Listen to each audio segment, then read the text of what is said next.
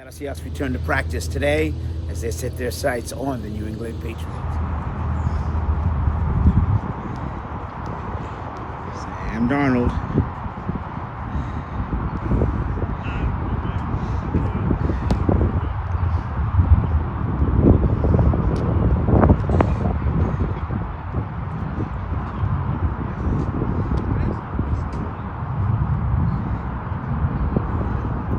Let's see if he throws.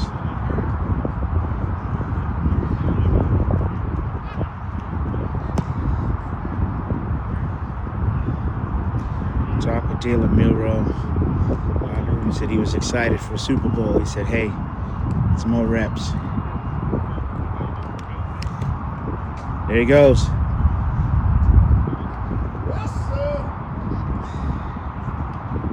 Sam is throwing. There you go. Sam Darnold is throwing.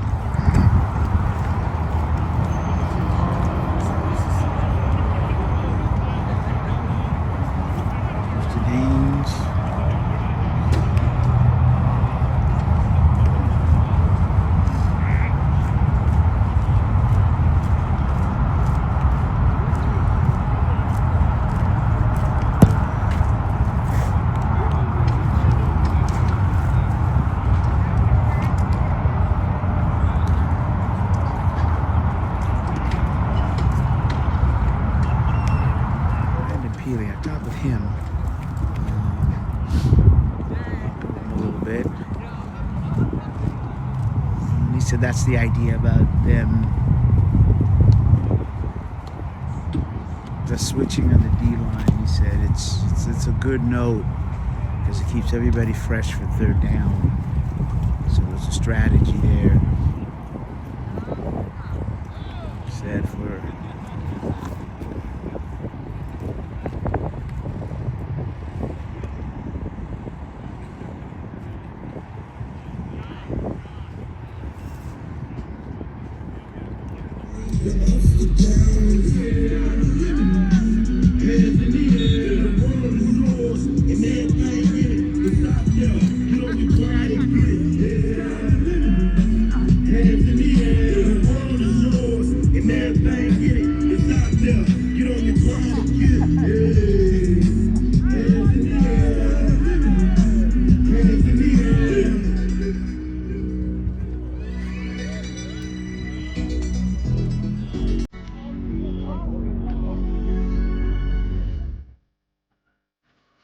there goes the barn burner. Patrick McConnell. Drake Thomas. And John Fenton.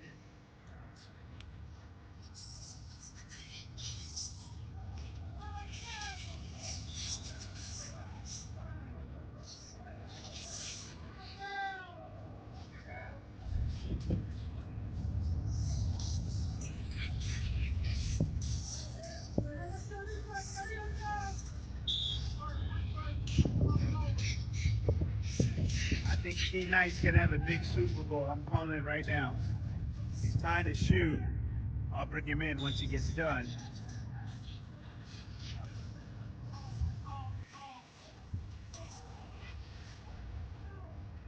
There he goes. I think Key Knight's gonna have a big Super Bowl. With Mike, it was, like the clarity of and I'm sure you guys know this speaking with him, it's like this really clear, thoughtful, intense, intelligent messaging. And then it's when you sit down with somebody, it's like, okay, how can I see myself partnering up with this person? And we did it in the same manner like that Pete and I did. It's like, all right, can we sit down and be like simpatico, and like, are we gonna be able to work through our ugly times together? Because there's gonna be a lot of them. And that was what was very clear about Mike, and exceeded expectations. I think that's hard to gauge because you're so into the moment every single day. It's hard. We don't. It's like the man in the arena thing. Like you like step back. Like we're not able to like step back like everybody else is, and it's just like you're just constantly going. more of like what we're doing every single day, and it's never really changed. Actually, it's never changed since 2010 when Pete and I came here. I mean, it's like, what are we doing every single day? What are our contingency plans? How are we improving in every aspect of our operation? And I think that's how Pete and I totally hit it off. And so I understand like the angst. I definitely feel it, but it's not how we operate. It's like, okay, what are we doing every single day to get better? And it's really as simple as that. Like work on it, work at it, pray on it, and like, how can we improve every day? John, when you talked to Sam Darnold, Marcus Lawrence free agents before the season, what was your Sorry, I'm revving. Too much caffeine this morning. Sorry. What was your self-pitch to them? What did you tell them about the franchise at this point before the season? Well, AD had a relationship with DeMarcus, and then Clint had a relationship, with Sam. So when you're bringing people into your building, like especially in free agency, you want to make sure you're like the quality of the person. Do we know exactly what we're getting?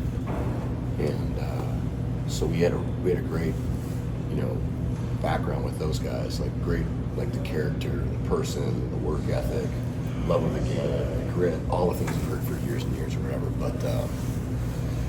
But then it was about like, hey, there's so many foundational pieces here, and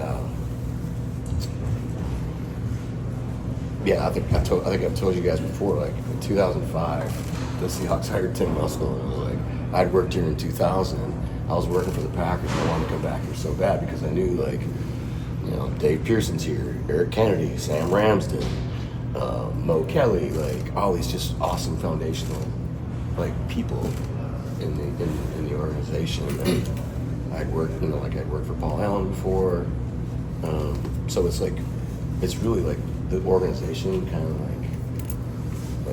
of sells itself. When you look at it from the way of, the culture and the fits and everything like that, and to see it work out in this way, where it has gotten to this stage, where we see how close the team is, even from the outside. Yeah. When you see it work out in that way, how special is it? Special, I mean, just that it's the ultimate team sport, and so that's obviously the players and the coaches and whatever we can do to support them. And so, but to see Mike's emphasis on the connecting the guys in the off season and really like what that means and how important it is. And it's not just like X's and O's. It's like, hey man, like you're literally playing for the guy next to you. And I think that's why we all like love growing up playing the game. Especially play at a high level like myself. That's a joke. So I think that's but that's just the love of the game, right? Like, and I think that's been really cool to see Mike and his staff and then the players, like the vets, like really buy into it. John, I know you had a run there where you either were picking late in the first round or didn't use to pick it off. Look at the last few drafts: Charles, Spoon, Jax, Gray, Murph. Like, what have you thought of the way your first round guys have really helped you get to where you guys are right now?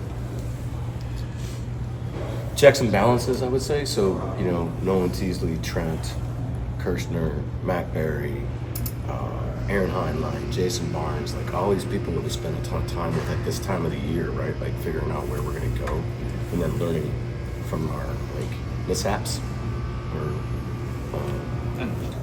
and how do we constantly improve on that, and we do it every year, and we've I think those guys have like done a great job of like, all right, like what's a Seahawk, right? And we just keep pounding that, and then to go through it with the new staff is just a natural reset. So now you have a new tight ends coach, you got a new runner, you know what I mean? You got this whole group of new people that you're learning, you're trying to evaluate, and so all those people coming together, like, okay, it's kind of a cool reset. Figuring out, how you sharpen your skills.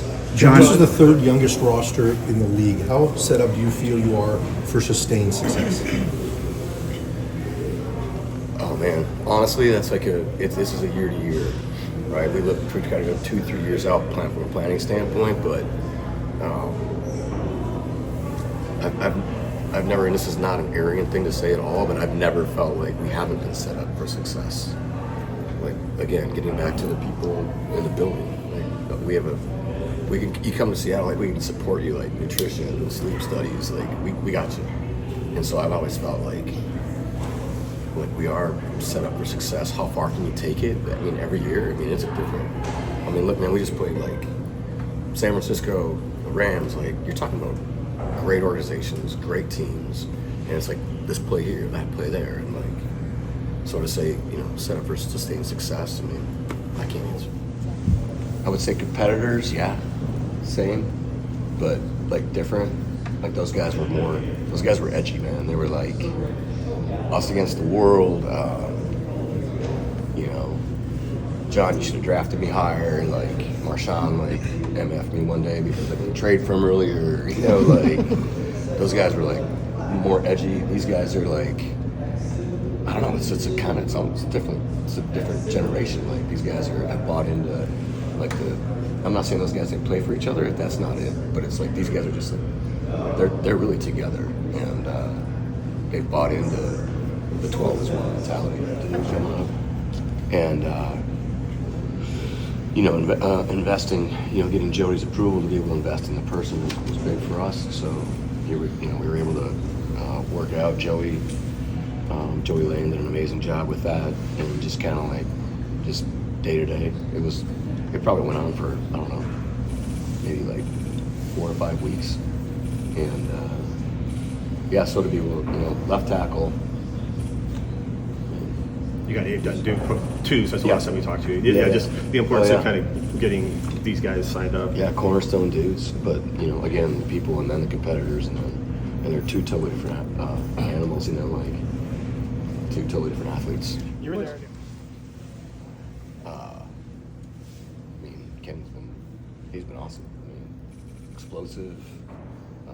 I would say maybe a little more decisive last month and a half, and yeah, he's a free agent. We'd love to have him back. Yeah. All right, so there you go. You saw some B-roll, and then you saw the injury report where you got Charles Cross, Amari Kite, and Eric Saubert were the only ones that did not practice. Just kind of really early in terms of, you know, the injuries and whatnot. You're, you know, more than, 8 days out, less than 2 weeks. But you did hear from John Schneider. It was interesting just in terms of hearing how he built this culture. And when he went back, you know, when he let go of Pete was elevated as in 2024, he hired Mike McDonald, and how the two, simpatico, as John Schneider called it. And really what it showed was just, you know, the culture, the building of the culture, how the two mesh together. And why that's important is because that's what you're seeing with the players. And I talked with Ken Walker, and he said, hey, you know what? Really what he's trying to focus on is the game, not the distractions. But he really said, I'm just trying to focus in terms of what I have to do for the game. The distractions are going to be there. And he said, well, that's just part of the game. Brandon Peely said the same thing. Asked Brandon a little bit, Peely, just about the defensive line. And he said, look, that's what we like to do. We like to rotate, you know, the Byron Murphy, the Boye Mafe, DeMarcus Lawrence, and everyone else, so that people are fresh on third down. And then when we can do that, then we can dictate the tone. That is the defense. So, you know, right now the Seahawks are doubling down on their processes, and they've already began kind of scouting the New England Patriots from the VMAC in Renton. I'm Osvito Mara Ere.